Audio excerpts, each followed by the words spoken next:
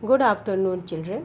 जैसा कि मैंने ये चैप्टर आपको अच्छे से पढ़ाया और समझाया और उसी से रिलेटेड हमने इस चैप्टर का पहला एक्सरसाइज आपको समझाया भी था और आज के क्लास वर्क में इसे दिया भी था।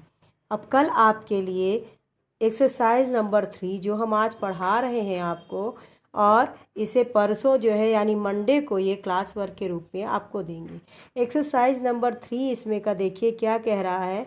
यहाँ पर ये वर्ण दिए गए हैं, इन वर्णों को ही आपको एक स्पर्श व्यंजन है, अंतस्थ व्यंजन है और ऊष्म व्यंजन है, इनमें से छांट करके आपको सबको अलग करना है। ये देखिए मैंने आपकी सुविधा के लिए यहाँ पर कर भी दिया है।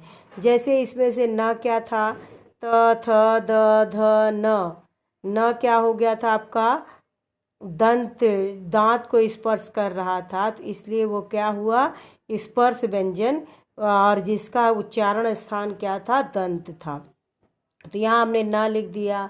फिर ज च छ ज ज बताया था तालु है।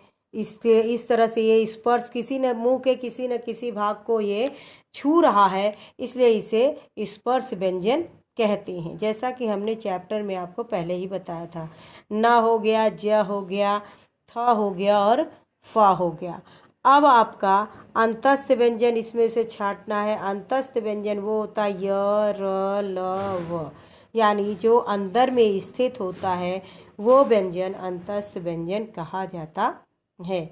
अब ऊष्म व्यंजन उसे कहते हैं जिससे हमारी हवा जो है, गर्म हवा मुंह के बाहर निकलती है, उसी को ऊष्म व्यंजन भी कहते हैं। तो क्या है आपका स और ह। बेटा ये हमने आपके लिए किया है, लेकिन देंगे ये काम आपको करने के लिए मंडे को ही। बस आप ये छोटे से वीडियो में इस एक्सरसाइज को समझिए कि आपको इसको कैसे करना है। अब नीचे आते हैं हम एक्सरसाइज नंबर 4।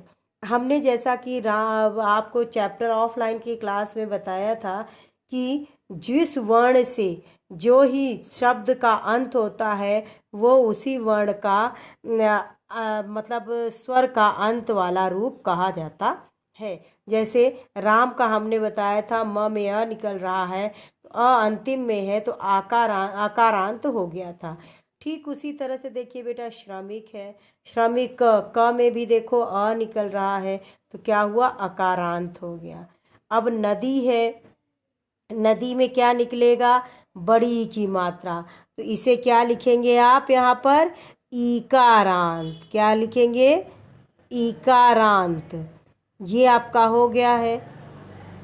ठीक उसी तरह से आपका ये पितृ है, पृथ्वी में क्या है, री है, तो ये क्या हो जाएगा आपका, रीकारांत। क्या होगा बच्चों, रीकारांत हो जाएगा, रीकारांत। ठीक इसी तरह से आपको भिक्षुक का भी बनाना है।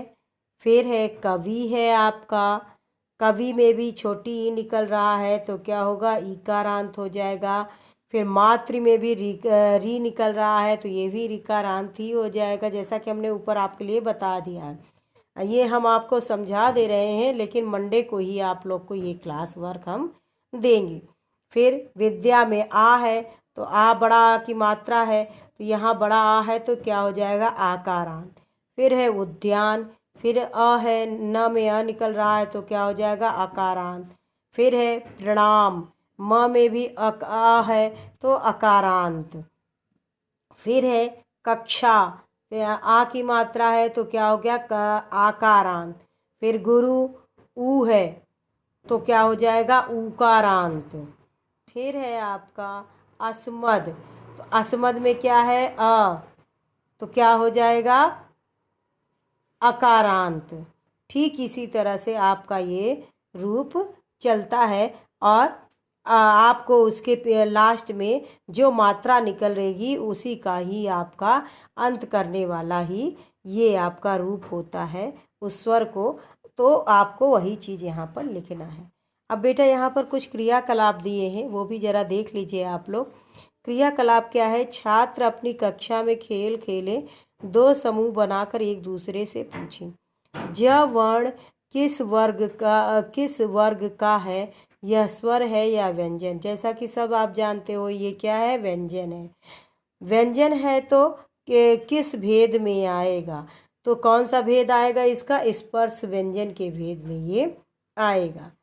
इसी प्रकार अन्य वर्णों के बारे में आप लोग चाहें तो घर में बैठकर एक दूसरे को ये सब पूछ करके खेल की तरह खेल सकते हैं।